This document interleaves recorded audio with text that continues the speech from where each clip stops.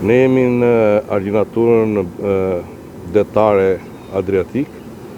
Kjo është argjinaturë dheu, e bërë kohën përpara. Her pas here deti në këtë zonë po ha, po merr tokë. Është herë e katërt që bëhet spostimi i kësaj argjinature dhe përsëri ne do të spostojmë 100 metra të tjera dhe sot konkretisht po bëjmë transportin e eskavatorëve për t'i prurë në objekt dhe besoj brenda 2 ditësh do ta stabilizojmë gjendjen. Çfarë problematikash ka sjellë spostimi i argjinaturës?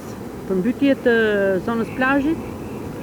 Problemi i argjinaturëve është se në të gjithë zonën deri në Bedat hyn ujërat e kripurve që nuk janë të mira për tokat bujqësore dhe me anë të hidrovorit ne përmajmë nivelet minimale që ato mos të depërtojnë në këto zonat me bujësi dhe tokat të mbjellura me grur, jonç e tjera dhe me marrjen e kësaj atëherë ajo do të ndërpritet dhe hidrovori do të punojë normalisht. Rreziku është i tanishëm për shkak të rreshjeve ka ardhur?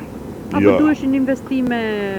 Rreziku ka ardhur si rezultat i detit me fuqi madhore 8 ballë, që e kalon në lartësinë e projektuar të argjinaturës që është 2 metra. Dallgë ka qenë 2.7 deri në 2.8 metra të lartë. Sa kohë kishte pa ndodhur një situatë e tillë? Kjo ndodh her pas herë sa herë që ka era të forta të jugut me det mbi 8 ballë. 8 ballë mbi 8.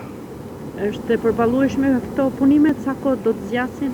Këto punime janë provizore, të përhershme ato mund bëhen vetëm po bën mbrojtje me investim me argjinatura, me budo beton, me ekrane betoni në të gjithë gjatësinë e saj.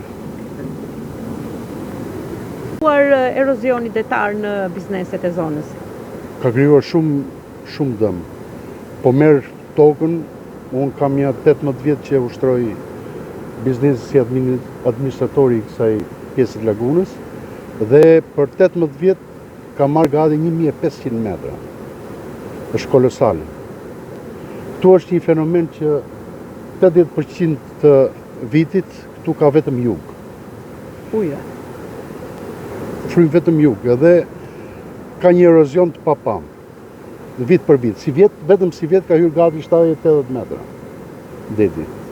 Kështu që duhet një investim se s'bën urgjent. Për mendimin tim është urgjent se po zhduken laguna. Kjo laguna joni që është një nga më të bukurat në Shqipëri, është drejt zhdukjes.